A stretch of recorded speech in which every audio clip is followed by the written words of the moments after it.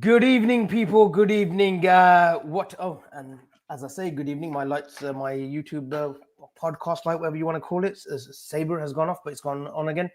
What a what a 72 hours it's been, ladies and gentlemen. I've had the 72 hours out in Vegas as well. But listen, the club is in a mess. We're gonna get into it. And when the club's in a mess and the mood is down, I had to call upon one of my old soldiers of Twitter. The guy, I would say he's always been in my corner when I've backed the owners, when I've backed Fenway Sports Group, John Henry, and you'll see Dave doing a few memes of John Henry splashing that cash. But I had to bring in Dave because during times of negativity, toxicity amongst the fan base, I had to bring someone who's very, very positive. And Dave, I want to give you the introduction because we've known each other for quite a while. We've been wanting it to happen, and we've done other shows together. I think we did one on your channel, one on Grizz's channel. But I thought, you know what? In times of need, I need some positivity alongside me. So welcome to the channel. Welcome to Born in Red. I hope I've given you the introduction that you so worthy deserve. Thank you very much. Absolute legend. Look, as you said, I haven't been doing a huge amount of live shows. I've had a lot of personal stuff going on in the last 2 years, but I'm back and I'm live to talk about the Reds, get a bit of positivity going. My voice might travel very, very fast, guys. I might have to slow it down a little bit. I have a bit of a cold, so I'm very sorry for the dulcet tones. No, nice one, Dave. Nice one, Dave. Asim's a little bit late, so I'll go to Gene first. Gene, war of words is the right term to use in the last 72 hours. But how are you feeling? How are you feeling prior to Carragher's words, and how are you feeling post Carragher's words? If I'm honest with you, Avi, I think I expected that from Carragher. If I'm honest, I knew that was going to be something among them lines from Carragher, because deep down, you know, we've always known there's always been underlying issues with Carragher and what's his name on it with Carragher and Salah, because on for him or whatever. I just found things in there. Yeah, I'm not gonna lie, there's things in there I agreed with, but there was things in there that I completely disagreed with. Carragher thought, you know, it was okay to personally attack Mohamed Salah regarding, you know, his days at Chelsea, regarding you know, his time. Gina, hold your thought there. Hold your thought there, because I'm going to come around the table. I just want to do initial thoughts. I've got that. Asim, you're never shy of a few words, monologues, or threads. How are you feeling this evening? I'm angry, but predictably angry. But I don't want to focus on Carragher just now. I want to welcome our new guest, Dave. It's a pleasure, mate. I'm sorry I'm late, and I didn't welcome you in a proper way backstage. So it's a pleasure and an honor sharing the stage with you, my friend. And I hope it's not the first time that we'll welcome you on BNR, mate. Thank you very much.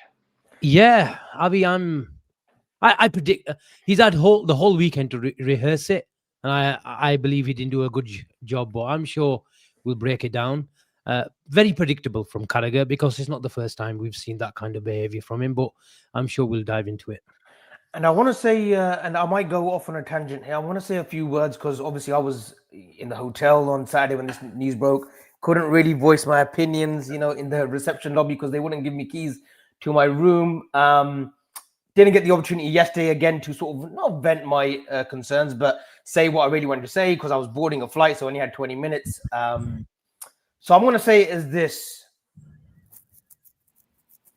Mohamed Salah is the greatest footballer in my time at Liverpool Football Club. What he's done, what he's delivered, what he's been part of has been nothing short of incredible. He has, previous for this, timings has always been off.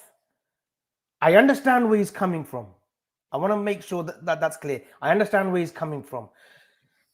Quickly fast forward to Saturday.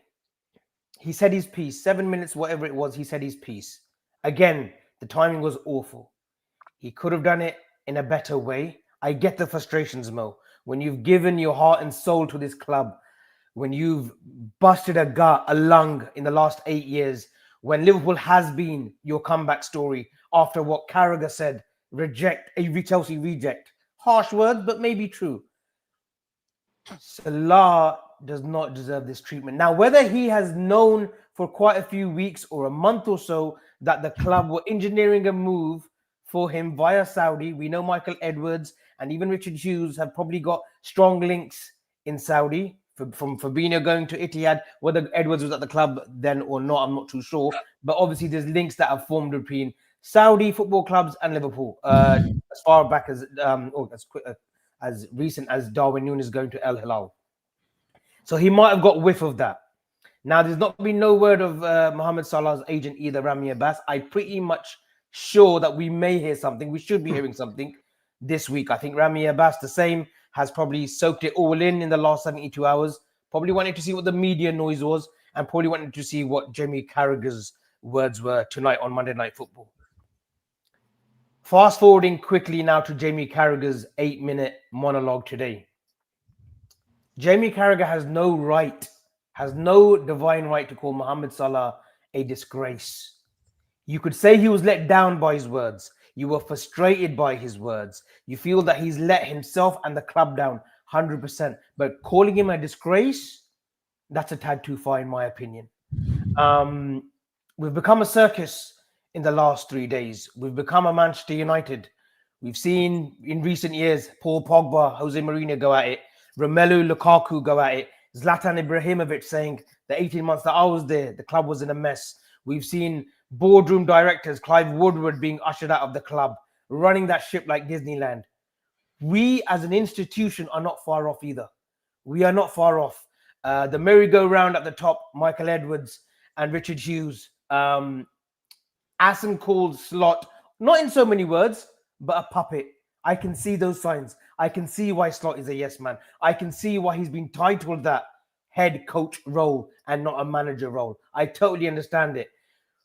On the eve of one of the great European games, Inter Milan, who have won the European Cup they've won it 3 times, I believe. And Liverpool, the 6-time winners, a glamour tie. It's a shame that we're talking about a civil war amongst the Liverpool fan base and within the club between a player, the management, the head coach. I wanted to say that. I totally understand where Salah was coming from. I didn't like the timing of it. I liked what Slot was saying today. He fronted it. But again, his English isn't his first language. So some of his English was misconstrued and some of the things I didn't either. It's a mess. Gine, now the question to you is, how do we get ourselves out of this mess? He's on mute. In terms of the answer, I think we already know the answer. Like Asim tweeted today, the truth is I can't see past Mohamed Salah not being at the Liverpool Football Club. And after January, I think he will leave. He will go, and that's that. That's that. I mean, he will leave most likely in January. And people might think that we're on about Mo Salah staying and Mo Salah going. Mo Salah was going to go anyway. You know that, I know that, everybody knows he's in the last 2 years of his contracts, probably, where especially at Liverpool anyway. This is it. We all knew maybe in 12 months he would have gone. At the start of the season, you probably thought, no, he's going to give it a year. If he's good enough, he'll stay and until the end. If not, Liverpool will probably cash in. And if doesn't play as much, he'll probably want to go himself anyway, which is fine. It's the issue that I've got right now is, and I want to speak about comments made by, I've seen comments on there that, there's a lot of, people are saying they agree with 90% of what Carragher said, 75% of what Carragher said, all that type of stuff. I want to address it as well, Avi, because it's easy to say, yeah, Carragher said, said these things and he was right.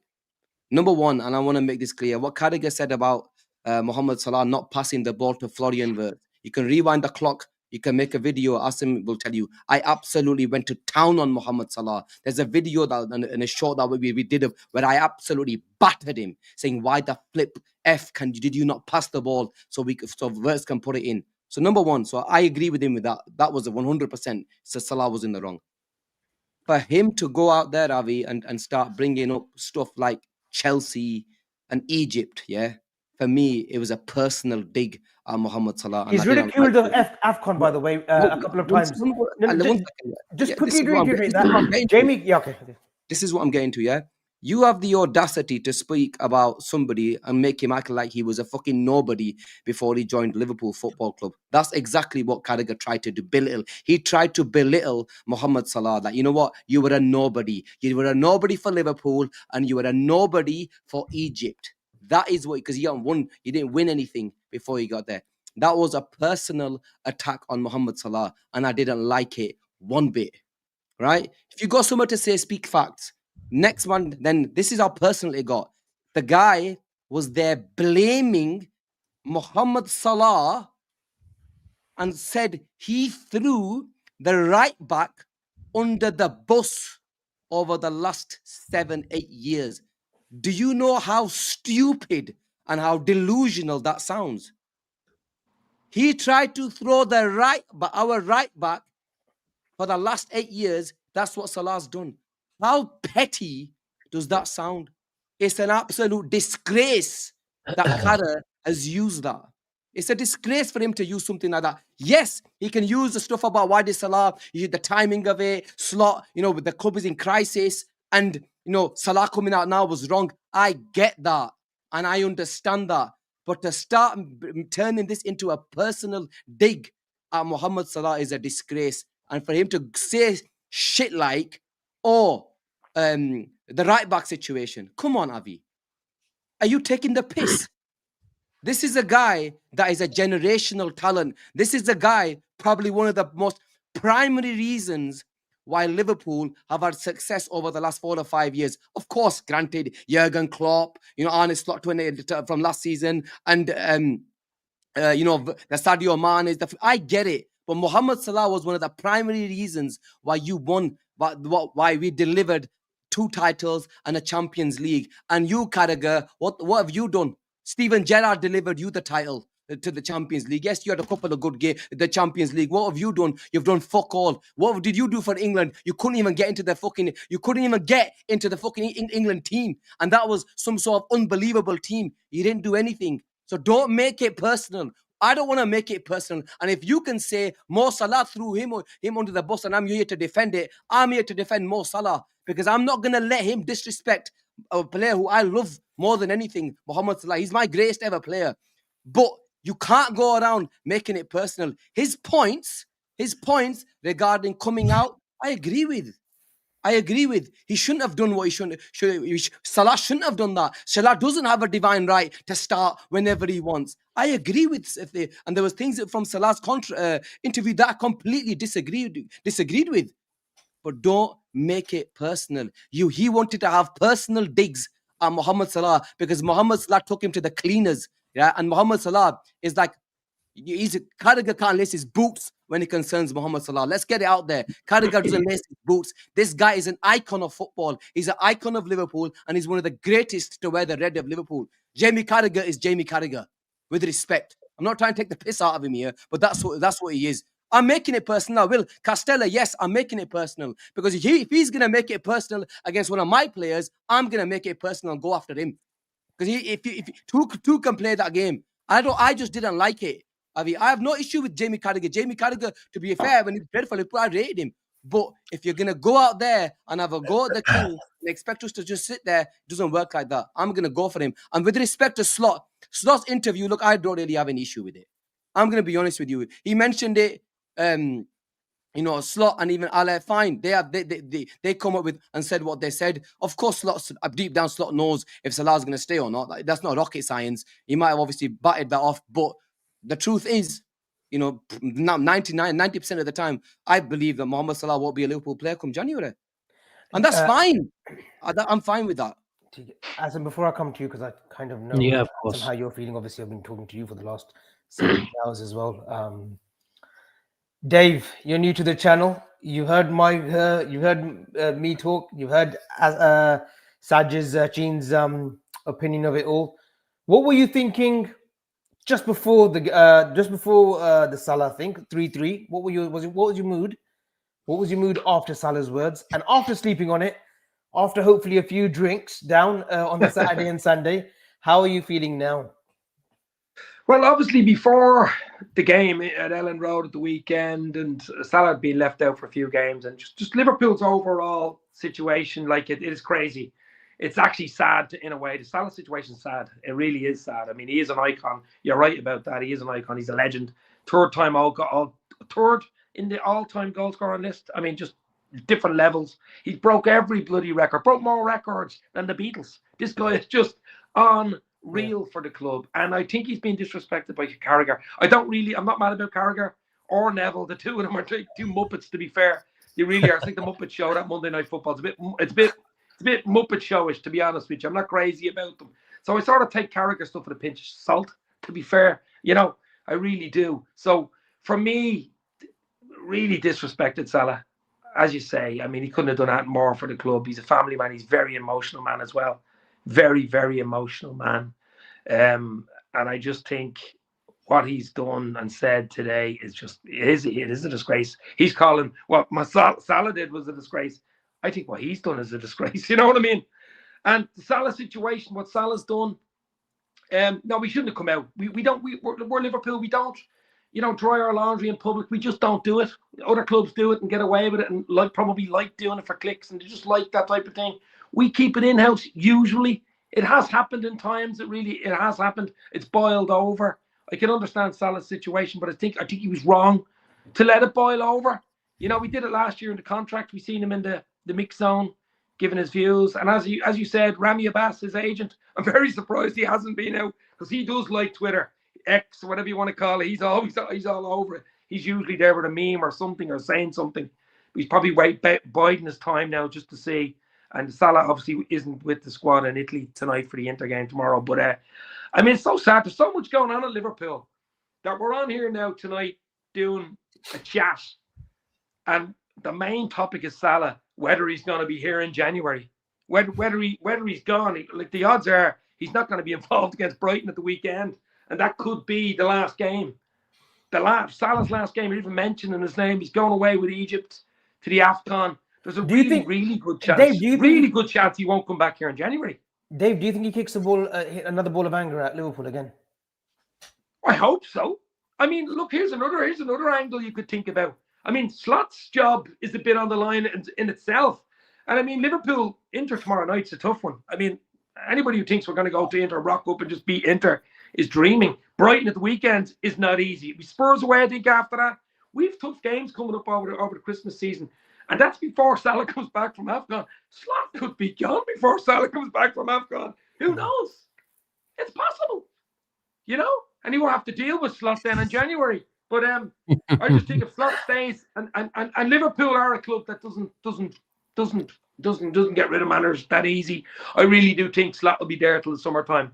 They don't. It's a bad time to be changing managers in January anyway, unless you're really in relegation trouble. You won't get who you want. You'd have to bring an interim in and stuff. It's too messy. So I think in that case, Salah's in deep trouble, to be fair, because I mean, like in any job, if you come out and ridicule or give out or say anything about not about the job you work for, but the manager or the coach you work for, it's usually the coach wins. Usually. I know Salah's an icon and he's one of our best players ever. And I'm following Liverpool since the mid-'80s. And I've seen some players, Kenny, Stevie G, Rush, loads of them. But I just think you can't win this war. You can't win this battle. You know what I mean? Unless the player power comes in behind Salah, which could happen. I heard Chiesa is unhappy. I'm sure Chiesa is unhappy. But unless other players pile up, you know what I mean? With Salah, then maybe it could happen. But I can only see it one way. I can't. Salah could be gone. That could be it. I know he was waving at the crowds at the end of the game and stuff. But I mean, he was going to go probably next summer anyway, wasn't he? Saudi, probably. Good chance he was going to go with a year in his contract. Yeah. So could he go 6 months earlier? I think it's a very good chance. Asim, you've previously exchanged I wouldn't say friendly jabs with Jamie Carragher, but an exchange or two with Jamie Carragher. Your thoughts, because you did have a rebuttal and you did tweet it straight after you had listened to Jamie Carragher, but your thoughts after watching Jamie Carragher say what he did on Salah. Look, Avi, I on Twitter, I didn't want to deal with the sort of predictable standard stuff that we all expected. Because at the end of the day, Carragher rehearsed that, whether it was at home, walking around his room, in the garden, or the Sky Studios today, he rehearsed that. And I believe he lost his head. He accused of some people getting emotional, although he said it was premeditated. It wasn't emotional from Salah. I think this was premeditated as well. And I'll talk about it. Firstly, his AFCON reference. You touched on it when you were talking to Chin as well, and you said he didn't want to recognize it as a tournament, and I think he called as it a major tournament. Major tournament, irrelevant. Call it what you like. He meant the same thing. So you can't use the tournament whenever you feel like, just to suit your agenda. Is it irrelevant or is it relevant? You tell me. And the thing is, he was, and it wasn't the subject of actually supporting Salah in terms of Ballon d'Or. I get that, but you call the tournament irrelevant. So how is it relevant now? And to call him and practically label him as a reject, Chelsea reject, was beyond disrespectful. It was beyond. It came from a really, really strange, really, really dark place, Avi. I don't know where, but it was a really. You think there was venom behind it? You think there was some venom behind it? Let me finish. It came from a really, really dark place. I don't know why.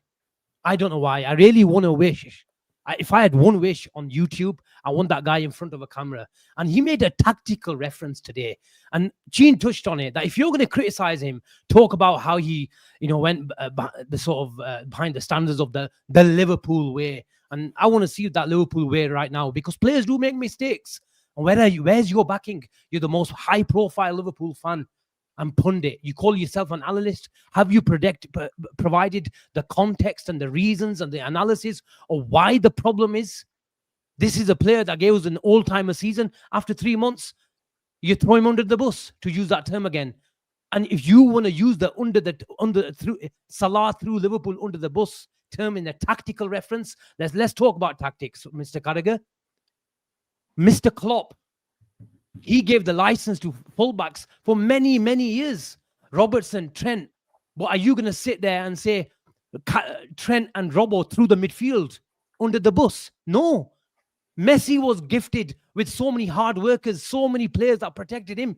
But this is the reason why Messi, Ronaldo, R9, Salah, I'm not saying it, he's that type of player, but in terms of for Liverpool, we've never had better, bar 1 or 2, 3 players. These players have to be provided the environment. But all of a sudden, are you going to say that Trent and Robbo through the midfield under the bus? No. Just ask Fabinho. Or does it make their role less important? No. No chance. But to sort of reference that term under the bus, or say let's imagine playing as a right back behind him, honestly was beyond a joke. Honestly. And you know what? To say he was a reject at Chelsea, no, he wasn't a reject at Chelsea. He proved himself twice at Fiorentina and Roma, twice in Italy. And even harder, because how many games did he get in Chelsea? If you want to call him a reject, that's on you. But he went to Chelsea and we didn't buy him. It wasn't a panic buy. It wasn't an emotion. He proved himself in 2-3 years in Italy on data, on analysis. The nerds wanted him. Even Jurgen Klopp was made to convince by the nerds that this is the player. He wanted other players. I'm not blaming it on Klopp. We have these sort of conversations many, many times in the background between managers and the analysis team. But don't try to tell me that this is a player that was labeled as a thingy. And if you want to call your career as a pundit, I have a term for you. What I want to label you as, but I won't go there. Because I don't talk about the past. I want to talk about now. You're trying to malign the greatest Liverpool player and say he's a reject at Egypt and a reject at thingy. It is complete, and all the haters are popping their heads over the last 2-3 days. And he's walked around that room rehearsing his bloody speech and he lost his head. And this is why I'm emotional. because I see high-profile players. Look, if he said that Salah has thrown the club under the bus in terms of him coming out publicly, even though I can understand why Salah does it, I don't condone it. What just Dave said in terms of putting or portraying all the painting all your dirty laundry in the public is a valid point, and it's the right point as well. We have to make sure as adults we get around the table and sort it out. But you've had 48 hours to think about it, and you know what? It's not the first time. It's not the first time. And you talk about Salah has played on the heartstrings of the fans. You deliberately left that pass to Wirtz at the end to make a headline. You deliberately did it. And you're telling me Salah played on the heartstrings of Liverpool. You're sat in the Sky Sports studio and you're playing on the heartstrings of fans and trying to portray Salah as a greedy player. Well, I go and refer myself to the stats. You tell me which player Salah hasn't provided for over the last 8 years. Nunes, Mane, Bobby, you name it. He's provided him for it. And you're telling me that he doesn't give a shit about anybody else. This guy has respect for his teammates. Only 3-4 months ago, who was the player telling us, guys, have some respect for Diaz, have some respect for Nunes, some respect for Trent. These are the players that won us the title. There was a famous, he even replied to an aggregator on Twitter saying, don't forget the players who left. So you're telling me he just thinks about himself. These players left the club, but Salah was talking about them. And he was trying to paint Salah as a greedy player. Again, go look out how many players he's assisted for. And not just assisted for, create chances. That biggest myth over the last 8 years, as great as Sadio Mane was, and we said and many people said he doesn't pass to Mane, and there was a popular moment away to Burnley. But you know what? Go check the stats. He assisted Mane more than Mane assisted him. And you're telling me this guy's a greedy player? Every greedy player has a mind of single-mindedness, and that's what makes them great. But are they greedy? To an extent, yes. But that's exactly their quality that makes them go on the top echelons of football and make them world-renowned. But you're telling me that this trade of Salah was him throwing the team under the bus. Then go ask Alan Shearer. Go ask Haaland. Go ask Haaland, are you throwing Manchester City under the bus this year? No, because it's a trade-off. You have to provide the environment for him to excel. But is he throwing everyone under the bus? No, because what's the narrative? You called Haaland a player that's probably not there for Manchester City. Well, you've turned and you flip-flopped in 2-3 months. And now you're calling him the best finisher the Premier League has ever seen. What is it? You can't have it both ways, Carragher. It's either the trade-off and you provide this license and the environment for your best stars, or you call them that they're throwing the team under the bus. You can't have it both ways. And like I said, all the haters are popping their heads over the last 2-3 days. And you know what? It's the same old dirty faces that are leading every single dirty narrative for Mohamed Salah. He's not perfect, but don't ever forget what he did for the club. Just don't ever forget that. I'm going to come back to you, Dave. That was a passionate, I don't want to call it a rant because Asim has tried to keep his emotions in check. It's a controlled, passionate, can't even call it an outburst because he's hit the nail on the head time and time again, and yesterday and on Saturday as well. Dave, certain players, when you've achieved what you have achieved at the club, like a Cristiano Ronaldo, like a Lionel Messi, like a Luis Suarez, and like a Mohamed Salah, a Kylian Mbappe of recent times, you have this ego. And you need an ego. Great players have always needed an ego. With ego comes a sense of invincibility. Now, when Salah said what he said on Saturday, I think he thought, wait, I've just had a generational season at the age of 32, 33. I've just won us the league. When you lot needed a moment, I provided them time and time again. Last gasp winners, scoring worldies week in and week out from like August to up until February last season. And yes, of course, there's always been a dip from any great player, during the season. There's always been like a 1 or 2 month drop off. Combining all those things, I don't think he thought that I think he may have misjudged it by the reaction. And we've seen the reaction out there on media, on socials, in the news. I thought with what he's got, with that invincibility, with that aura that he's developed and he's got, and with the season that he just gave us, I think he genuinely thought, I can say what I say, and I think it will be pegged back a little bit, but it's gone so far that this is beyond return now. I personally don't see him donning that Liverpool shirt ever again. No, sadly, when Salah speaks, people listen. You know what I mean? Because he doesn't say much. You know, he's a quiet man. He doesn't say much. He doesn't do outbursts. The odd time he might say something, and as I said, the last time he said something, I think was last year, the contract thing in the mix zone, and he keeps his thoughts. He's very intelligent. You know, he keeps his thoughts and usually says the right thing. I just. It's just sad. The whole situation is sad, guys. I mean, there's no other way of looking at it. This guy is an icon, as Asim just said there. I mean, that was a brilliant speech, by the way, absolutely brilliant.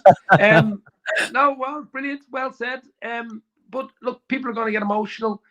Salah's emotional. We're all emotional when things like this happen, and we don't like one of our icons, our best players, legends, leaving the club, which could happen on a sad note. We don't want to, you know, he's done so much for the club. We don't want him leaving on a bad note. That's the worst way to go, isn't it? And it seems to happen to Liverpool a lot. Happened to Suarez, we know he was biting probably a bit too much off that he could chew. But like it does happen to a lot of our top players and the players that we like, Gerrard as well, and the Chelsea thing. You know, it just I really hoped that maybe something can happen with Salah, and maybe he can come back after AFCON and build a few bridges and stay till at least the summer and see what happens, if Slot's still there, by the way. But I just think it's soured so badly, and I think there's an agenda against that. To be honest, maybe even it's. I mean, we know there is an agenda on Twitter against them and stuff like that. But I even think there could even be a media agenda because they love it. It's clicks. You know what I mean? It makes the news. They love it. It's all over the Irish radio over here today. Every news on the radio or on the TV. It was all about Mo Salah. It was about nothing else. About Mo Salah. It wasn't even that Liverpool are playing terrible at the moment and are absolutely all over the shop. It's all about Mo. And whatever Mo says, that clip that he said, that 7 or 8 minutes he was chatting to Norwegian TV, I think it was. But I mean, it's just sad, Avi and lads. I mean, I don't even know what to say about it. I mean, only a few months ago, we were up here, dreamland, in absolute area 51 dreamland. And all of a sudden, a few months later, obviously, we Jota between that and his brother and stuff, but it's just been such a downturn, hasn't it? Just such a downturn in fortunes for the club, the fan base. And when the fan base and the club are in such a bad position like this, everybody gets emotional, isn't it? Great when we're winning. Yeah. You know, we're winning, we're on a high. It's when this is where the true fans come out. This is where the true fans of a club come out, when you're not doing well. This is when the truth comes out, I think, with people. You see it on Twitter and X. I'm on that quite a lot. You see the crap. There's a lot of crap in it, to be honest. About 95% of it's crap. But I mean, you do see the truth coming out. And Asim spoke truth. At least, look, mightn't be the truth people want to hear, but it's his truth. You know what I mean? And I think it's important. And I'm sure Salah spoke his truth the other day. And it wasn't what a lot of people wanted to hear. Slot didn't want to hear it, I'm sure. The club didn't want to hear it. I don't know whether you've seen the picture of the press officer beside him, behind Salah. Lanyard. Oh, my God, here we go. Here we go. He knew something was going to happen. But I mean, it's one word. It's sad. It's really sad. I'm sad about it, to be honest. I'm not even angry. I'm sad. Yeah. Gene, sense of sadness, sense of anger, sense of frustration. And look, guys, we're 33 minutes in and we haven't even touched, and I don't think we will get time to touch upon Inter. We will have a little quick 5-10 minute segment on Inter. I want to stay on subject, but the guys, there's 550 of you guys on here. In here, people, please like and subscribe. Dave's, his first time on here. I'm sure it won't be the last time. You'll be seeing a lot more of Dave on this channel. Gene, I want to come back. Sorry to interject. And does Dave have a YouTube channel? He does. He's taking a little bit of a sabbatical. What we'll do is we'll put it in the description as well. Okay. So head over to the description. Make sure every single person in here head over to Dave's channel and show him the love and support that you have guys showed us from day dot. Gene, I want to come back to you. Slot's presser. He was pressed and probed. Vinny O'Connor starting off, giving him 3 questions. Although he was meant to only give 1. I thought Slot handled himself relatively well. Obviously, he dodged the main sort of touching points. Do you see Salah kicking a football for Liverpool again? Do you think he will leave and whatnot? It is the end for Mohamed Salah. He hasn't travelled with the team. He won't, in my opinion, be with the squad on Saturday. A sad end, because prior to the Leeds game, prior to Salah's interview, I genuinely thought that the man deserved a statue of some sort outside of Liverpool. He really did. And you know, guys, you know me, the theatrics and the trolling end, you know me, I always go against Asim and Gene, whatnot. But in all honesty, for what that guy's provided, 250 plus goals, more than 100 assists, double figures, season in, season out, I thought they would have given him some kind of monumental farewell. I will be honest with you, Avi. You know, the statue business. Um, with respect to Mohamed Salah, and I love him. You know my take on him. Look, there are players out there, the likes of Mohamed Salah, the likes of Steven Gerrard, Ian Rush, all these players, they don't have statues, right? So saying that Mohamed Salah should have a statue, for me, is a bit too much. I'll be honest, because this football club has unbelievable legends, yeah, from the past. Obviously, maybe not in the Premier League era, but in the past, there's been, players that were like on a different level. Hansons of this world and all these type of players. And if they don't have a statue, then for Mohamed Salah, I think, probably a bit too much. It's a sad, sad end. That's the simple truth, Avi. It is a sad, sad end to what was, an unbelievable 8 or 9 years at this football club. Last season, just in itself, proved what a great footballer he is, because he put up the greatest ever season put up by any footballer in the Premier League era, with the amount of goals and assists that he got. And people can say what they want, but it was probably, for me, that was, no one's going to touch that. No one can, in terms of what he did, in terms of goals, in terms of assists. And I genuinely believe if it wasn't for him, he wouldn't have won a title. So for me, it's more on him delivering us that title. And it felt as though at the time when he delivered that, you know what? He's done it. He's got us to number 20. He's won a Champions League for us. He's got other trophies. And the truth of the matter is, Avi, if the owners deep down just felt like they had to give him a contract because of the backlash of the fans, they shouldn't have done it. The truth is, Avi, you shouldn't have done it in the summer. You should have just let him leave on a high. You said, you know what, boys, there's the door. You've given us everything more. We're not going to take no money from you. You've deserved But it. that would have set There's off. the door. That, Even that though would have set off. Gina, that sets it off a wouldn't set dangerous. off fireworks, That sets Avi. off a dangerous precedent, because everyone, you were here week in and week out saying Was, if but Salah Avi- does not sign a contract, if they do not give, no, 1 minute. You said if they do not give Salah a new contract, I am rioting. And these are the words that you would use. 100%. And Because you, this is amongst why. other thousands 100%. of Liverpool This fans is around the Avi, world.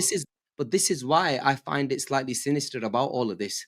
This is why I feel as though they gave him the contract, right? Okay, you give the Mohamed Salah a £400,000 a week contract, and you can't let somebody like Trent, go and also a Mohamed Salah in the same summer.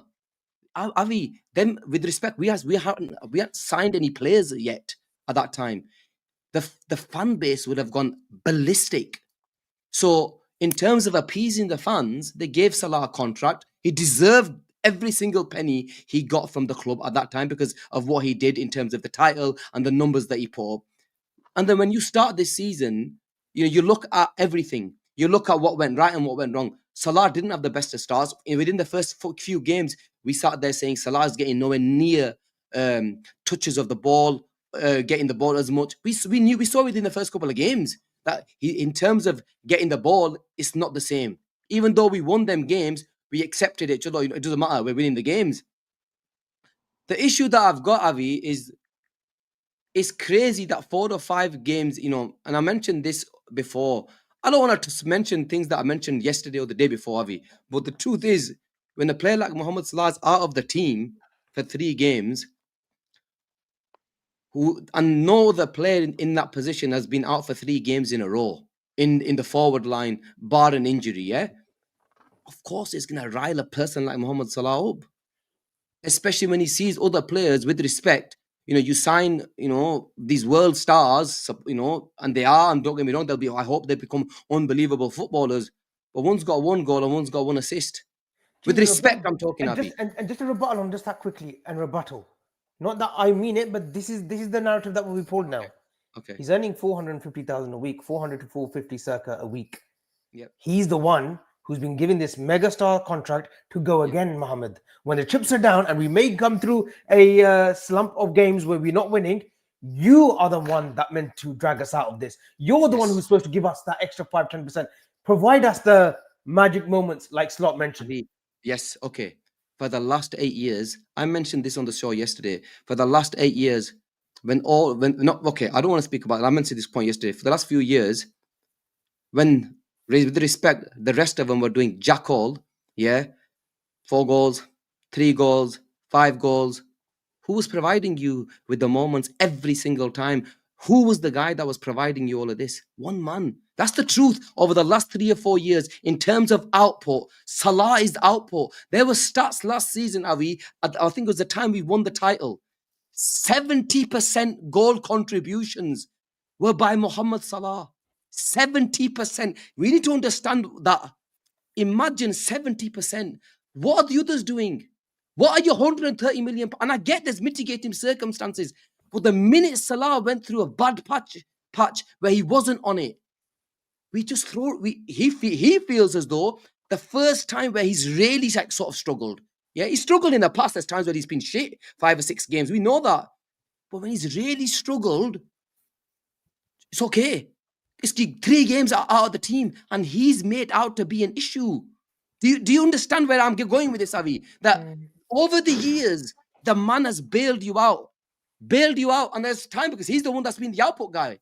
The rest haven't really done nowhere near as much. We know the output of the others. There's 10 goals, and their best of years, 11 goals, Cody Gakpo.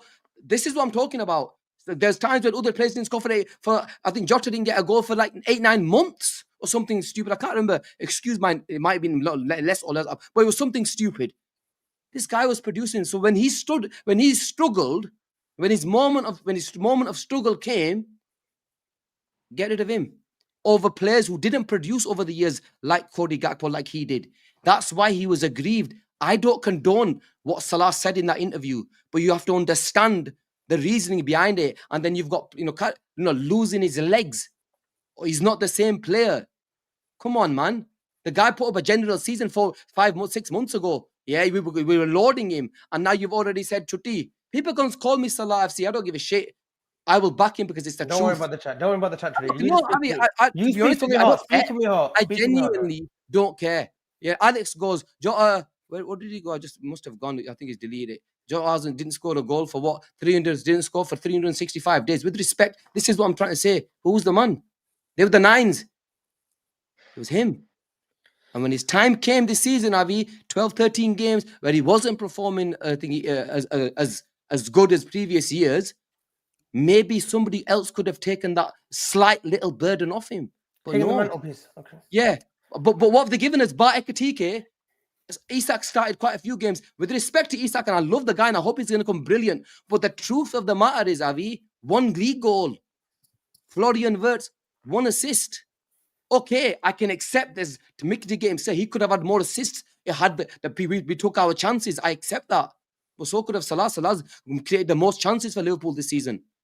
Or second. Most big chances, second most big chances created for Liverpool this season. So, it works both ways. But anyway, look, I don't want to go crazy today. I just want to speak what my mind is. And that's what it is. Stabbed in the back is something that you tweeted, Asim. I think you got a fair few likes for it, a fair few retweets. Avi, I've just calmed down after that round. Do you want another one?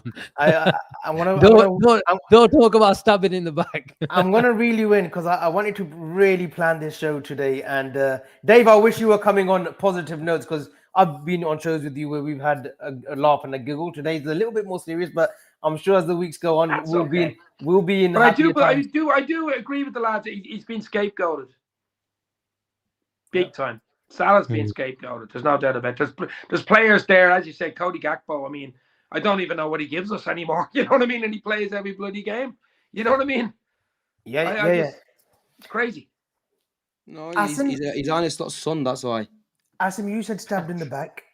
Do you feel that the minute they gave him the contract, there was a bit of hesitation to say, listen, if there's a serious drop-off in the next season in Salah, we could still recoup serious money for him in January.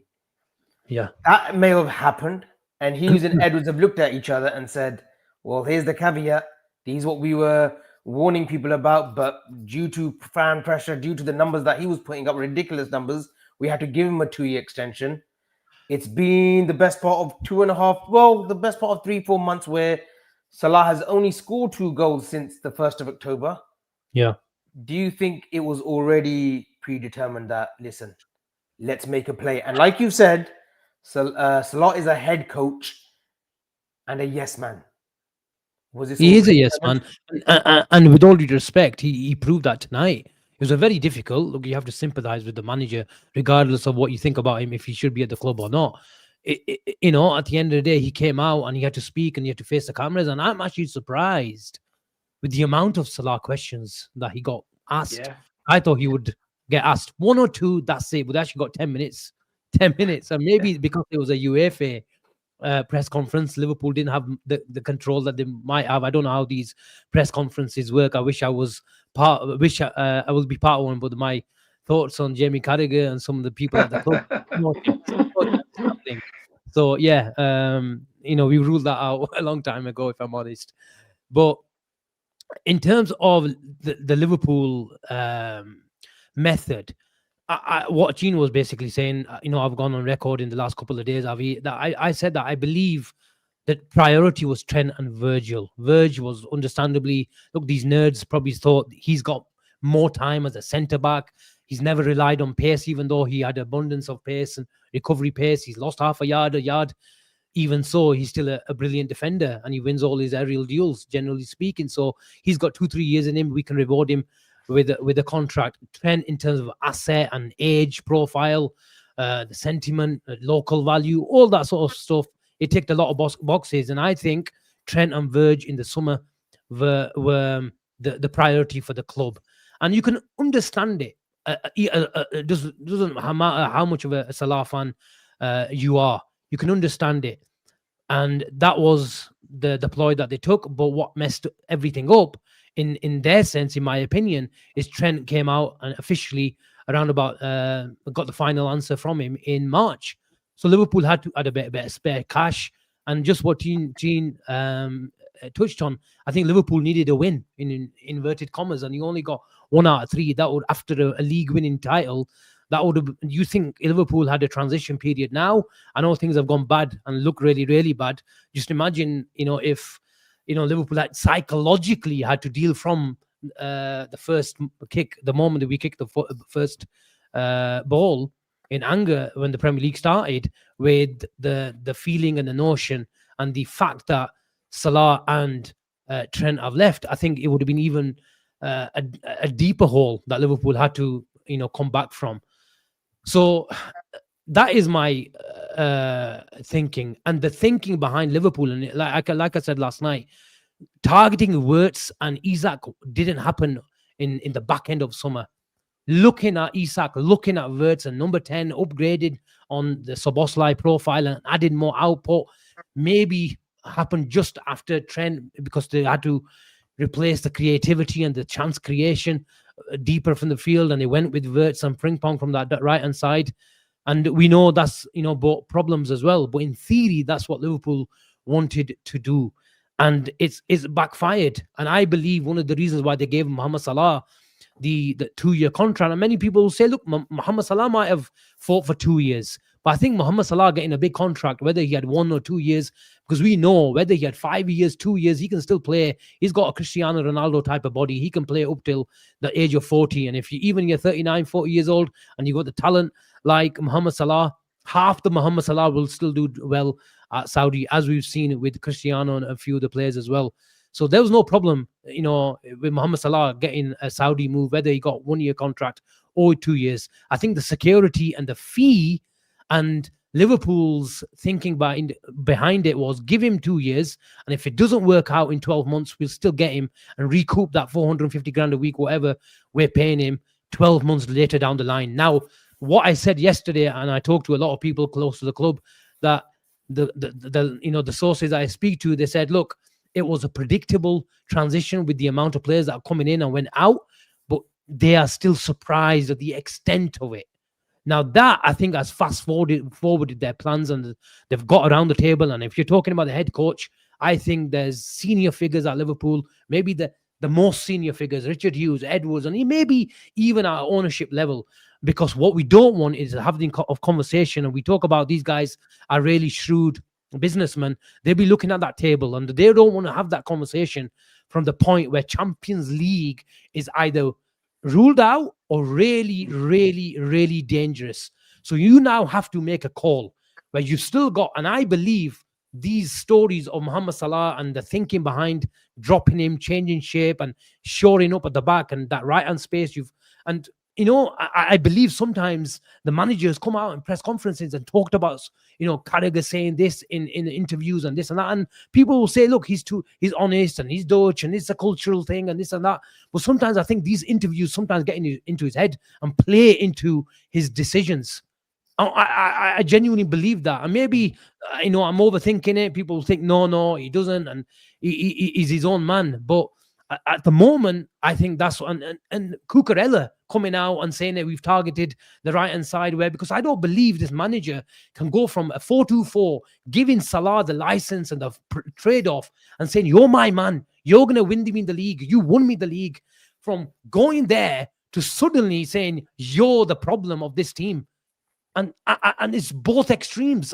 Where was the subtle adjustments that we were talking about, like dropping 5-10 yards, add another midfielder, play Wirtz on the left hand side if you have to, because Gakpo and Salah, in terms of a pressing structure and profile of players, just don't work. Add a few more legs and then change your thinking behind it. And this is why I think the player and his camp I feel disillusioned by, where there's a lot of confusion, and that's what he talks about, the relationship and the promises were made even in this summer. And this where I believe I go back to targeting Wirtz and Cisak. Liverpool even gave Salah a contract, but I believe they gave him a contract, but they were still thinking post Salah in terms of transfer planning. And this is the reason why you saw Wirtz and Isak. And now it's played out in the next 2-3 months, in the last 2-3 months. And what they're now doing is, you know what, let's just draw a line. If we can get a fee, brilliant, but you have to drop him. And he's been the brunt of it. He's the face. We know that, and the manager has proven today and said, look, these sort of decisions sometimes are taken out of my hands. And even he was asked if he's played the last game, and he said that's not my decision.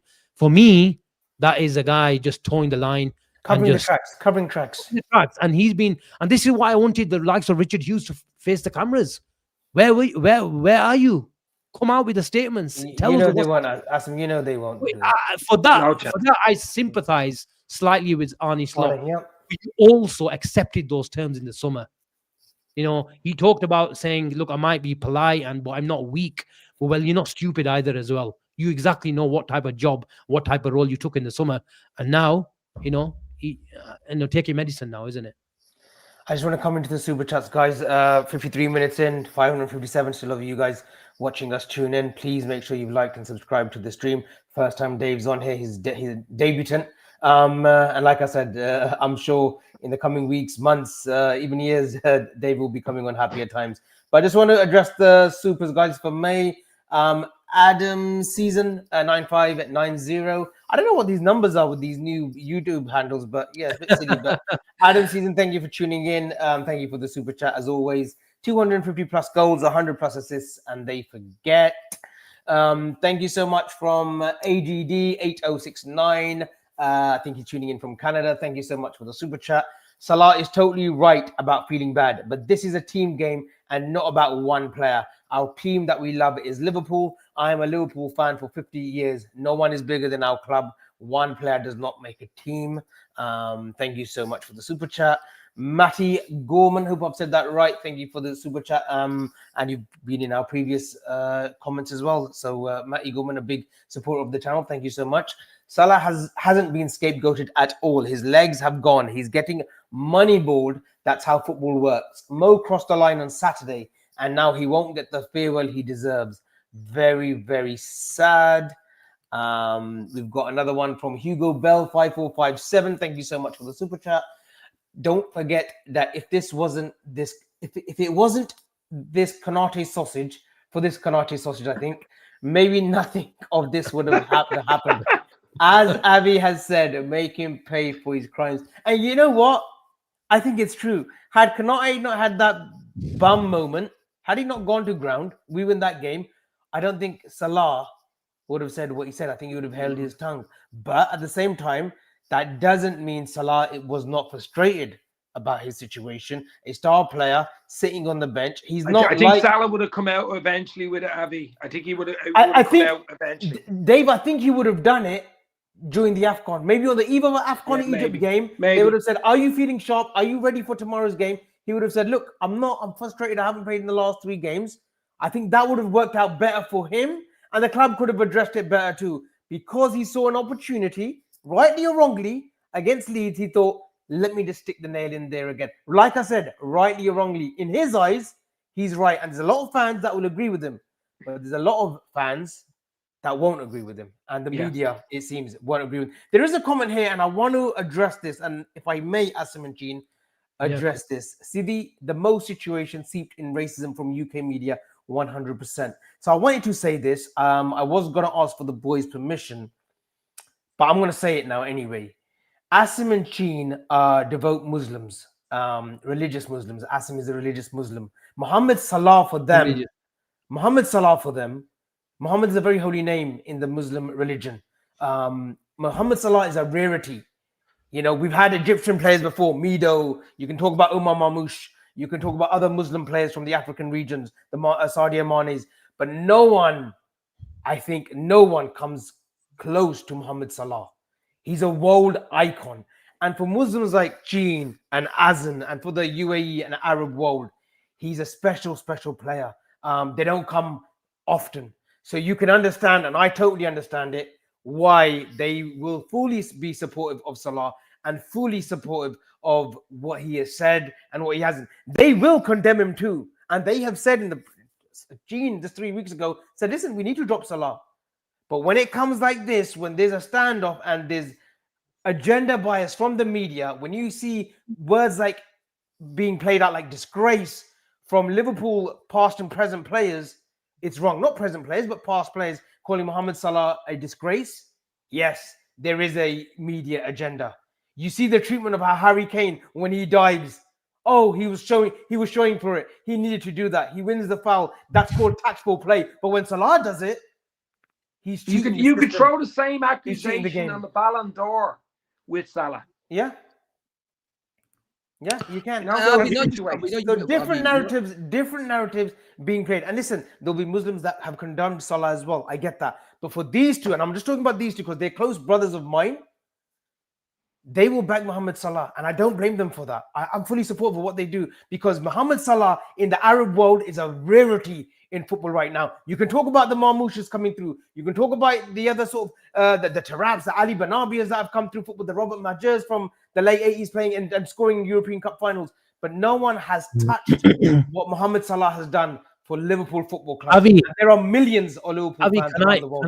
Can I just address that? Look, some people will say you don't need to bring religion into it. You don't need to, and people like Achim was saying, this is Salah FC and this and that.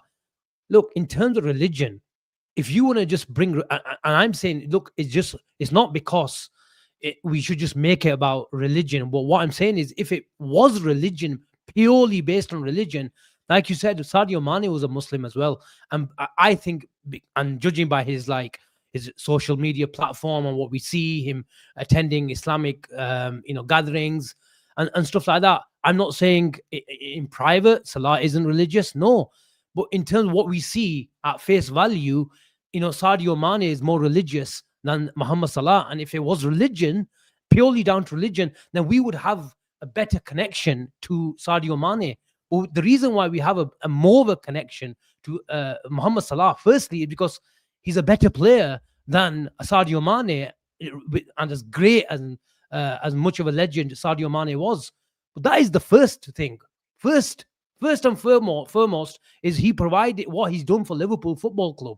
But obviously, a natural connection to a Muslim is just exactly the same as a Scouser has more of a connection. I can't go to a local lad in Liverpool, let's be honest, and say, I've got a bigger connection and more of a connection to you compared to Trent.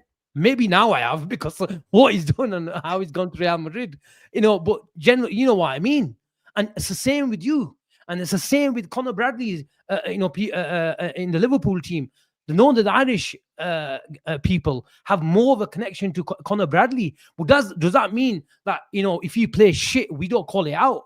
I've said just 2-3 weeks ago, I don't think Mohamed Salah is a problem, but get rid of this trade-off. And I got crazy amount of abuse saying why? Because I said, look, the trade-off is not working. You need to set foundations, earn the right to play your football, and then we go from there. So if it was just about religion, you would say, he's a Muslim, I don't give a shit what he does. But look, we live in a social media platform, and from the day I went on Twitter and all those platforms, I said, just bite your tongue, and you have to have thick skin. Because look, we put our face on YouTube, we're going to get a stick, and you don't have to agree with my opinion, but be respectful. That's the main thing. Yeah. Look, Avi, one more thing. You mentioned, and I'm going to be plain. I don't fish with me. I don't sugarcoat anything. When I see fucking Jamie Carragher today, regardless of what Carragher was going to say, I was going to go for him. And there's reasons behind it. Because there's times last season when Mohamed Salah's putting up numbers that we haven't even dreamt within the first 3 or 4 months. I've got next man, calling, giving props to Cole Palmer. Even though Cole Palmer was doing well, he's giving up props to Cole Palmer. When there's somebody else out there that was doing things that fucking nobody's ever done, next man giving Cole Palmer props, it pissed me off. I'm not going to sit here and fucking sugarcoat it. It pissed me off watching that, thinking, what the fuck are you on about? Next man here is doing more than Cole Palmer is, yet you're there giving Cole Palmer dral, but you're not giving what Salah did. Why? Because he's always had an agenda against Salah. That's the simple truth. Sugarcoat however you want, Avi. That's the thing. That's why with Carragher, I'll never respect him because I know deep down where it comes from, because he proved it to me last year. He proved it to me last year when he was sat in Cole Palmer's camp when Mohamed Salah was putting up the numbers. That's the difference. But look, I don't want to make it about religion. Salah, what? I've absolutely blasted Salah for not passing to words. And what Carragher mentioned today, I blasted him. Saying I want him out of the team against West Ham. Asim asked me the question, should he start against Sunderland? What was my answer? No, I don't want him to start against Sunderland. Yeah, so this notion that we only give a shit about Mohamed Salah is all bullshit. But I'm not gonna let a man get disrespected when I know people out there taking the piss out of him. That's the simple truth. I'm not gonna allow it. Whether you agree with me or not, I don't give a shit. But my opinion is mine, and I'm always gonna say what I feel. Dave, it's been a show. Interesting night. And I keep profusely apologizing that you've come at a time where it is. You know what? Another thing I want to say, I thought it was only the Irish that cursed.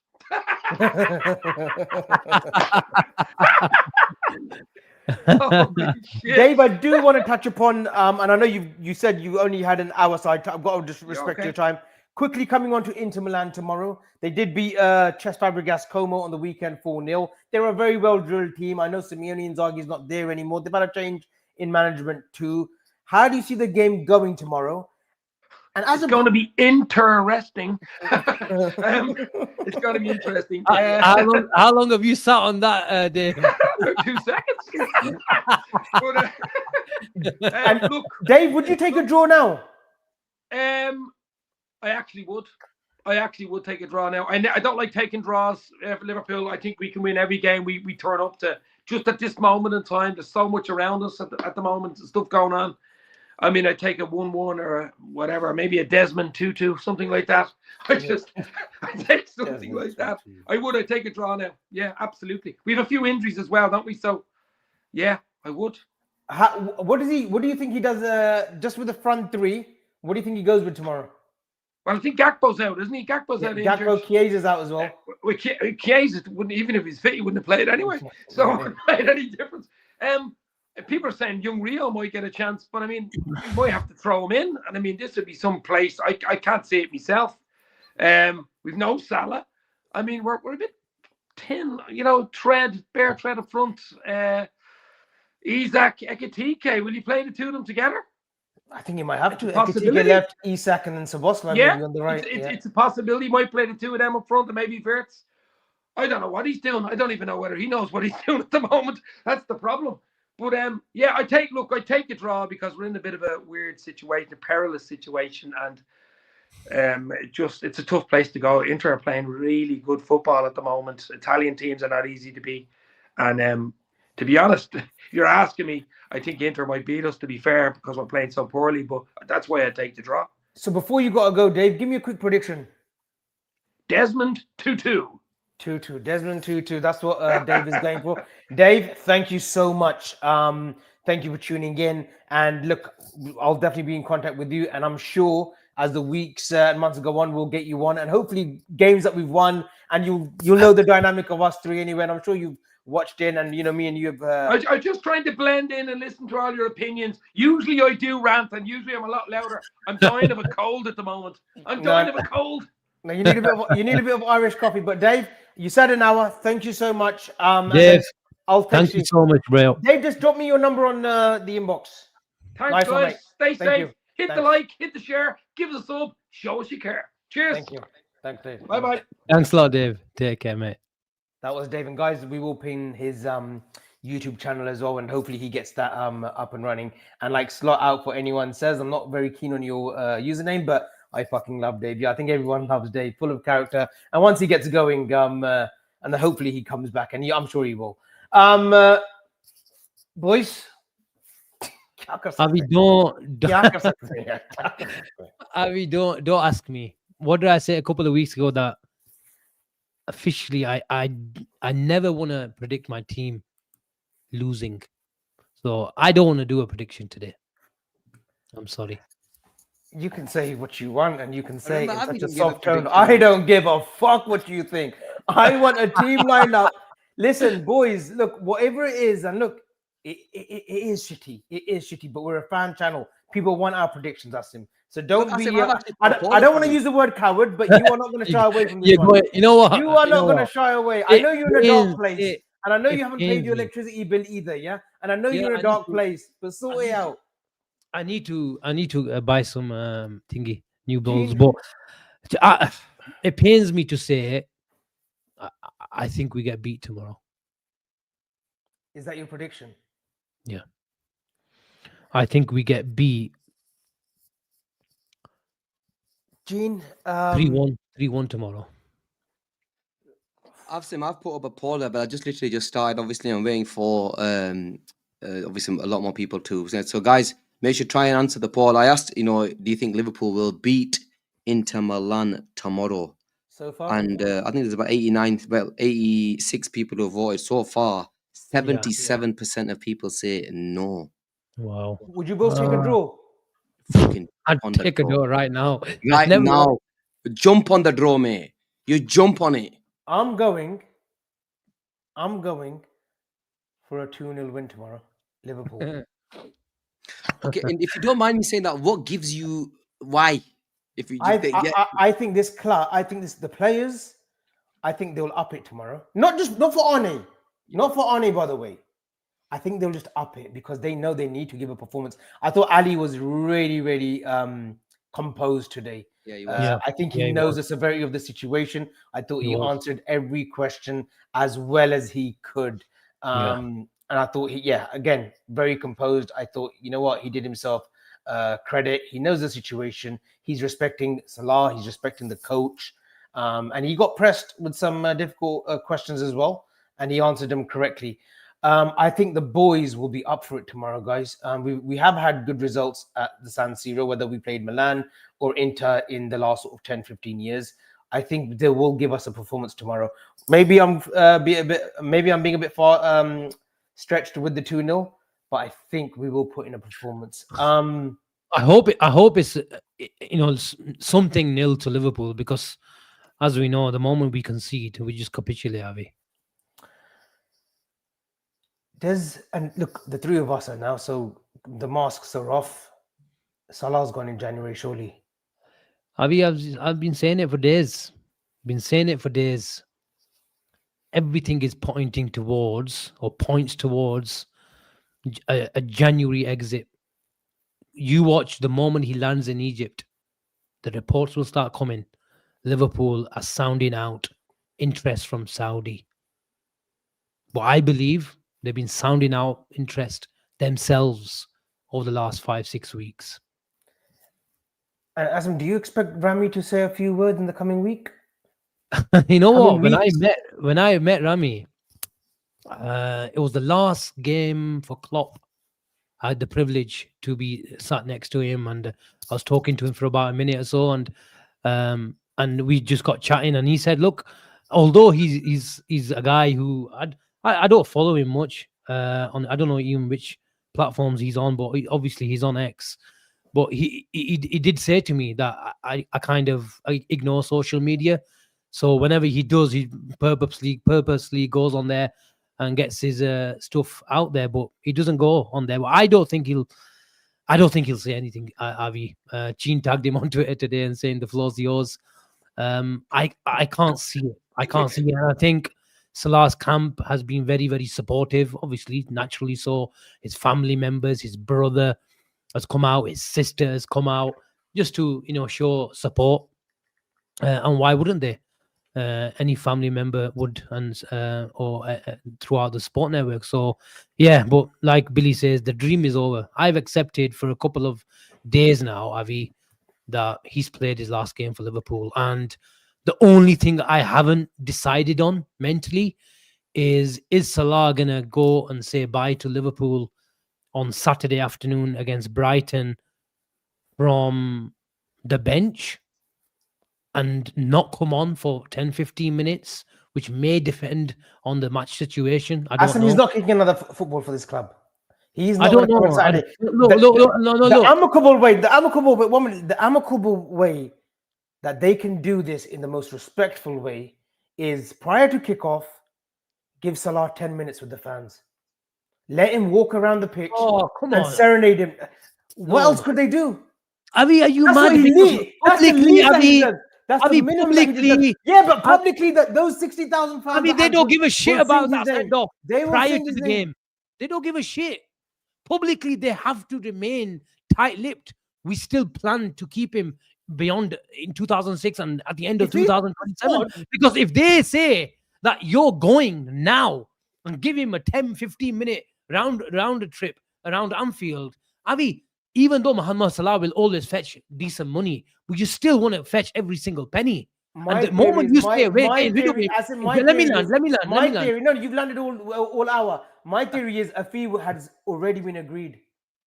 A fee is already in place that Edwards has probably talked to a few suitors in Saudi Arabia to say he's all yours for 50.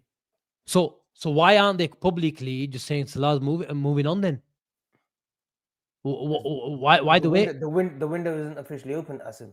You know, and wow. you've told me Liverpool are already making moves. Yeah. They're bringing ahead plans already in January. Yeah. So much so that I think you could probably agree that one or two players are probably close to joining Liverpool.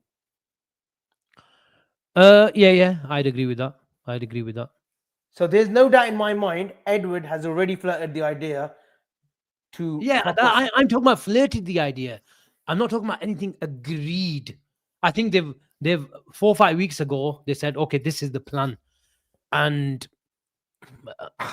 whether I think, look, they touched on it. I think it was Slot, or I don't know who it was, and said, look, if you keep a player on the bench 3 times, they are going to say something, especially with someone like Mohamed Salah, who's emotional, and every great player has got an ego. Let's make no mistake about it.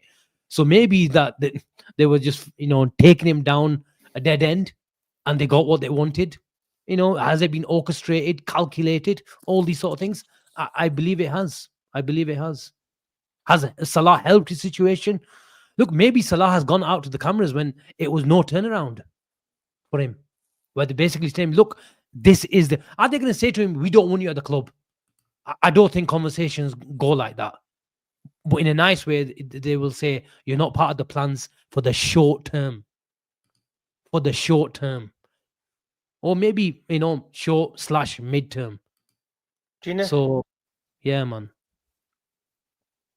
Gina, you're on mute. You're mute. Sorry. Yeah, look, Avi, chutti, man. It's done. He's out. He goes in Jan. We just got to make sure that, look, now what's done's done. He's got to go on now. We got to do some business in January. We got to go on, and I think look, the best thing they can do, from a Liverpool perspective now, is go and buy a Semenyo, go and buy a Gay, and go and buy one more, and go and spend the money.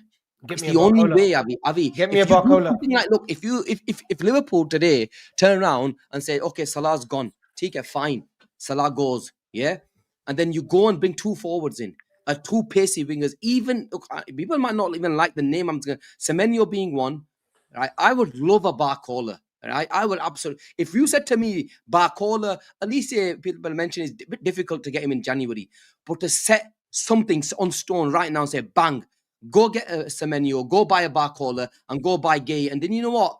Let's go. This new phase of players that have come in, we're ready to go again. Obviously, we'll have to do the defensive reshuffle as well in the summer when Kanate goes, and maybe bring in one more because Van Dijk's getting old. But at least it gives us, you know what? The fans and everything, you know, a massive lift. We'll still be in the Champions League. We can still go and you know, at least try to do something. Because the biggest issue I've got right now is you get to January, Avi, you miss out. Okay, Salah leaves, and Arne's not still the manager, and you miss out on top four. What do you do then? Because let's face it, Avi, Liverpool cannot top five. Liverpool cannot be in the Champions League next season. It just doesn't make sense. You have to be in the Champions League. And whether this is a transitional season, if Salah goes, and we will accept it. If Salah's gone in January, Avi, or most Liverpool fans will accept a transition season as long as you go and do the business. And I think that's going to be key to see what happens in January. But look, his writing's on the wall. He will leave. No issues. We move. But that's just well, I disagree with you, Avi. I know what you're saying. The deal is done and this and that, but I think publicly Liverpool will not admit it. And they don't. Also, it's not just about the transfer fee. They don't want to be seen as like cutthroat, even though behind the scenes they have been, and they are being. After 2-3 days, you suddenly announce like your biggest star and your legend, Mohamed Salah, is leaving. There would be a backlash as well, saying, "What the hell? Where's the time for reconciliation?" So, do you think he's in the squad on Saturday then, Asim? That is the only thing I can't decide on. I think he's gone, but whether they put him in the squad and then let him say bye, or don't put him in the squad and let him say, he will regardless, because I think the situation is done, go around at the end of the game. Whether he's on the bench or out of the squad, I don't know about that. But if he's out of the squad, yeah, he will still turn up to the game. Yeah, he will turn up, and if he feels like Marichuti, because he's been talking about himself that, you know, his mum is going to come to the game and his family members are going to come to the game. So expect them to be at the game. So whether he's on the bench, I think he's going to go. But I'm talking from a slot perspective, from a club perspective, okay, I can't decide what they're going to do. It'll be a stronger statement from the club to leave him out from the squad as well. But they've also put a narrative there that they want him to. What did you think? Yeah, train 27. That's a play. That's a play. What did you think? I agree with that. What did you make of Ornstein? I don't know if you saw that's a play that he's going to see. This, come on, they've been briefed. I personally disagree with David. I personally disagree with him. I can't see. He reported for training today. Arne Slot told him, "You won't be in the squad for tomorrow. We're flying out. You stay home." There's no way he's going to be in that squad on Saturday. I can't see it. I can't see it, guys. I really can't see it. I can understand. This is and it's poor. It's poor that this is the farewell. You want my take on this? I think he's in the squad for Saturday. I think they will have done this. And say, give me 15. You know what? TK, you're going. You can go. You're going anyway. We'll give you your goodbye. Don't talk shit. We shake hands. We move on. You go and live your life. That is why. And that will. Being in the squad is fine. Willie, come on. That's why I can't decide. I think they will do that because look, I know what Ornstein said that, you know, in terms of it was we might have a choice. Look, and another thing is, I just think that he will get his. I think they will give him his goodbye. But is that them being weak? The manager mentioned it's an agreement. It's an agreement. They've left him out. TK game, they left That him will out. never ever, but that would I think never ever be Asim, confirmed in public, though. but Asim, that if he's not weak, because end of the day they've got rid of him. True, They've but got rid of Salah. Salah's gone in January. How is he weak? He's staying and he's gone. He's leaving in Jan. we don't know that yet. But Asim, if the man's going around saying goodbye to everybody, it's a Yeah, of chutti. course, but Then there's no coming back. Then he's saying his goodbye. That way, you save face. you know, I don't know. I don't know. And the way they've sounded it out, as in, I've asked him if it was, they've said it's not a punishment. So somebody's mentioned, yeah. If it's a That is punishment, a they said joke we ever. punished him with something. They haven't even punished him. They're saying they've not punished him, but who knows what that means, yeah. But we'll have to wait and see what happens. But it's going to be interesting. I think Brighton is going to be huge. But one thing I'll say right now, Putter, if we lose tomorrow, and look, let's face it, it's a big possibility, yeah, because we're not playing great and Inter are flying, yeah. That he loses his thingy, and we're losing against Brighton with 20 minutes to go. I'm gonna ask you both a question, if I may say so, host Avi. Yep, of course. I think I've done a superb job, by the way. You have done a You, really good you job. always do. You always do. You always do. If now listen to this carefully.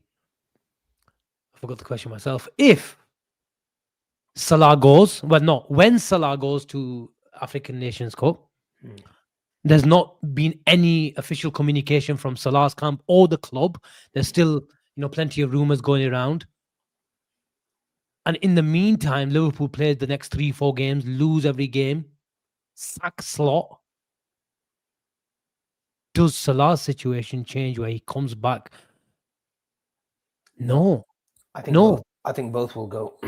I think Slot will get the opportunity to inherit new signings in January. If things haven't improved, then mate, both of them. Avi, if he loses the next 3 games, which Spurs away, Brighton at home, and Inter, he loses them. Salah's time's done, Asim. Salah's done. Salah, Asim, usni chutti.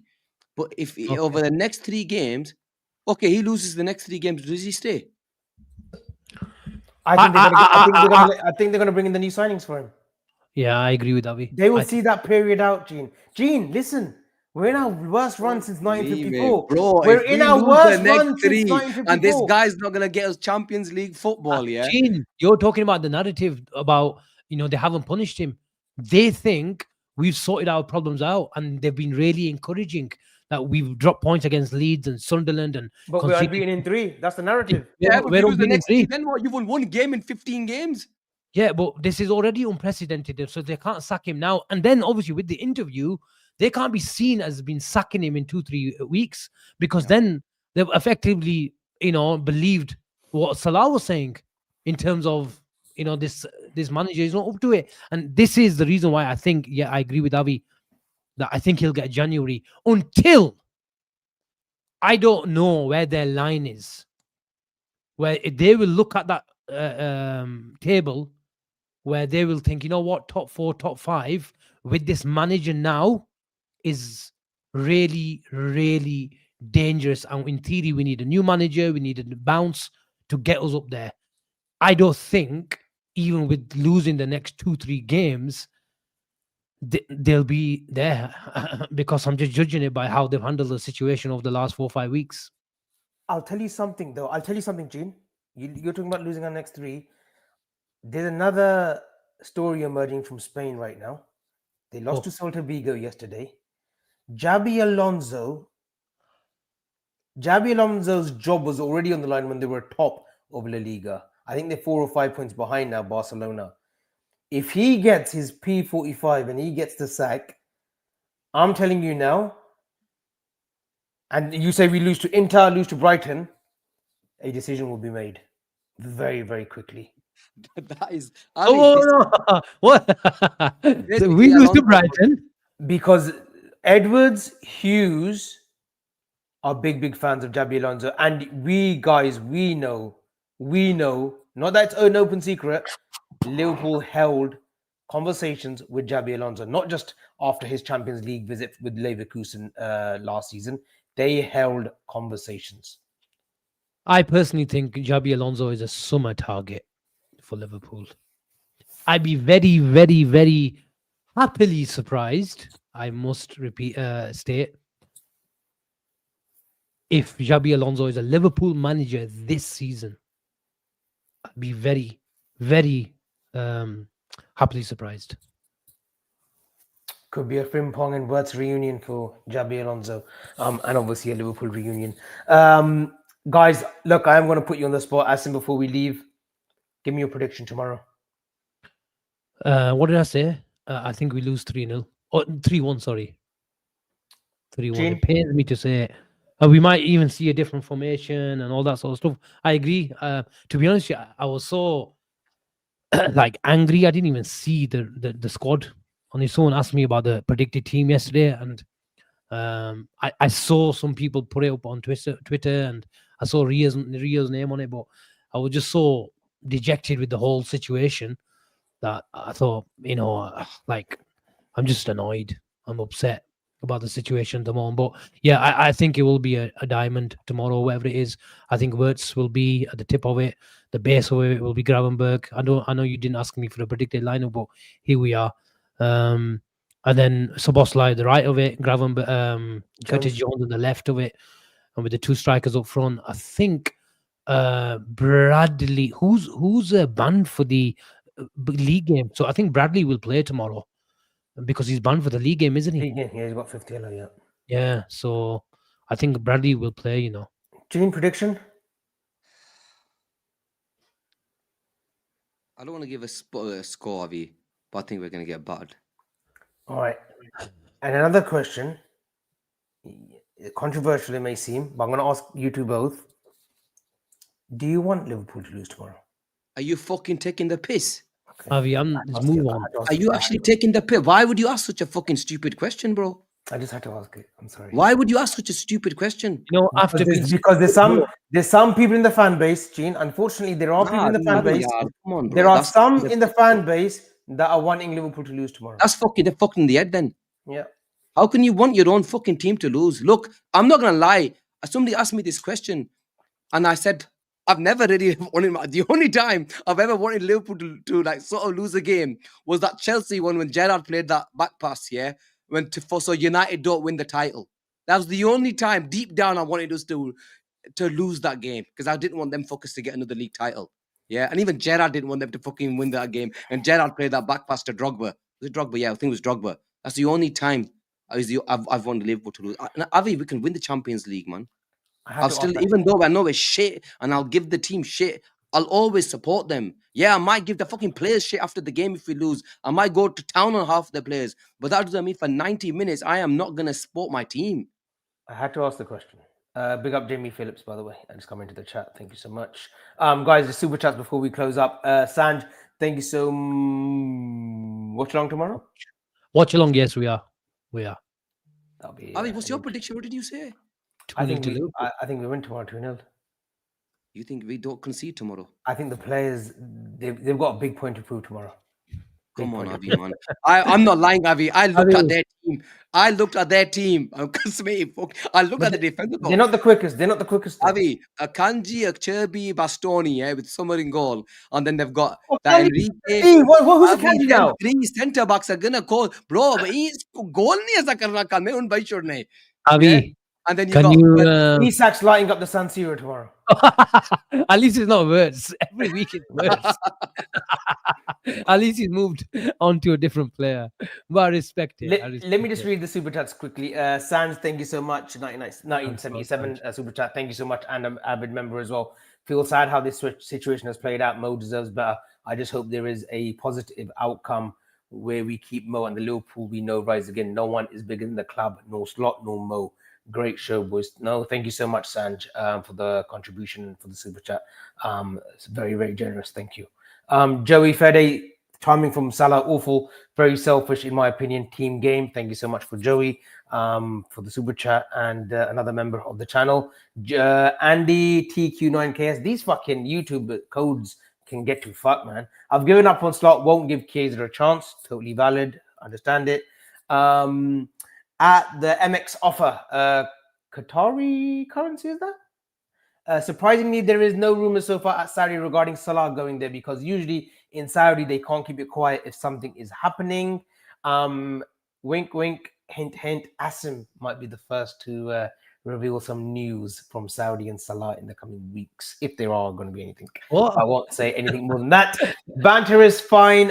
Thank you for the super chat. Asim, how do you think Slot will set up, considering no real wingers barring Rio and practically only 2 strikers? Yeah, I think he mentioned it briefly. Need to watch it again, but he did mention something about tweaking the system, or whether it was for this game or previous games. I think we might see that formation tomorrow. It'll be a 4-4-2, I think, with 2 strikers if he plays Isak and Ekatike up top, and then they'll have Wirtz from the left on paper in a 4-4-2, so Bosley on the right, and they'll have Curtis Jones and Gravenberg, and then the 2 strikers up top. That's how it'll be, in my opinion. Thank you so much for Slot out for anyone. Chesk is going to the match. Coincidence? I think not. Yeah, they had a bad result against Inter, and he just wants to probably... Yeah, this is what you need to say, Avi. Tomorrow it'll be the floor. Announces himself. That's what you've been saying. 50 for that one. Yeah, he announced himself against one of the teams, man. But fucking anyway. Guys, look, during testing times and a tough period, we will get behind the lads tomorrow, the players tomorrow, regardless of what's happening off the pitch.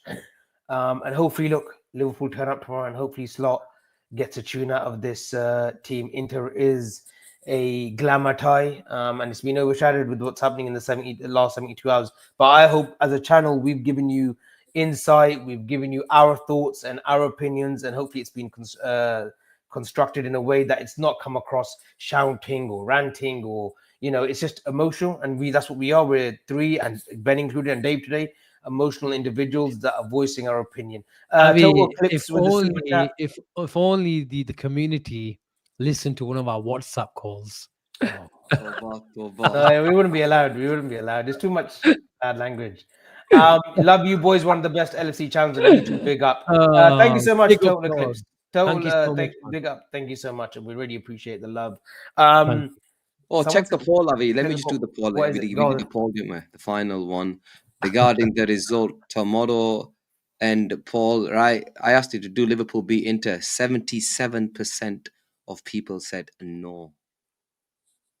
So there you go, boys. What was the question? What did you ask? Do Liverpool beat Inter tomorrow? 77% said no. So listen, we're not a confident bunch. Put it that way. It is very, very sad. It's a good comment. The polarization this situation has caused is unbelievable. We all need to get together as a fan base. 100%. But certain individuals out in the media need to watch their verbiage. I think that's the right word to use when it comes to certain players. And it is what it is. Billy, enough love. Hit the likes, people. Not even 200. Come on, guys. Let's get those likes up. But this has been Born and Red, guys. We will be back tomorrow for the watch along, where the boys will be hosting. I'm not sure if Ben is joining them. I'm sure there will be a match reaction as well. Me, Junior, and Chin. And just no ITK news, but San Diego FC that was formed. No.